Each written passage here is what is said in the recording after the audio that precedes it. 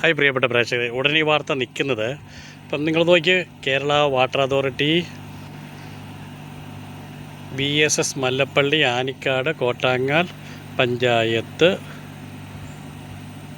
2LL capacity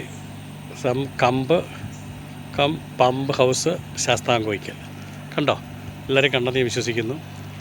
ഇത് ഞാൻ ഇവിടുന്ന് കുറേ നാട്ടുകാർ വിളിച്ച് പറഞ്ഞതിന് അടിസ്ഥാനത്തിൽ ഞാനൊരു വാർത്ത ചെയ്യാൻ വേണ്ടി വന്നതാണ് കേട്ടോ. ഇപ്പം നമുക്കറിയാം, ഇവിടെ ഗേറ്റ് തുറന്നിട്ടേക്ക് ഇവിടെ മോട്ടർ ഓണാണ്, വെള്ളം ഇവിടെ നിന്ന് പമ്പ് ചെയ്യുന്നുണ്ട്.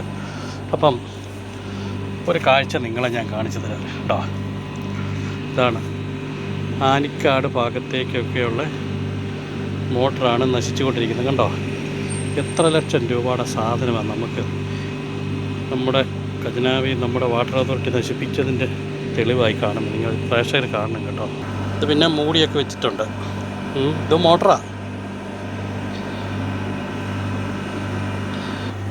പ്രിയപ്പെട്ട പ്രേക്ഷകരെ കണ്ടോ, ഇത് കാട് പിടിച്ച് കണ്ടോ നശിച്ചു. കാരണം ഈ മോട്ടറിൻ്റെ അടിയിലുണ്ട് കേട്ടോ, ഈ പ്ലാസ്റ്റിക്കിൻ്റെ അടിയിൽ മോട്ടറുണ്ട്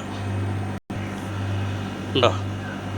ഇതാണ് നമ്മുടെ കഴിഞ്ഞ കാലങ്ങളിലുള്ള വാട്ടർ അതോറിറ്റി ചെയ്തുകൊണ്ട് ജലസേചന വകുപ്പിൽ എത്ര കോടി രൂപയുടെ അഴിമതി കഴിഞ്ഞ കാലങ്ങളിൽ നടന്നിട്ടുള്ളതെന്ന് തെളിവാണ്. ഇതാണ് സർക്കാർ അന്വേഷിക്കണം. കാരണം ഇത്തരം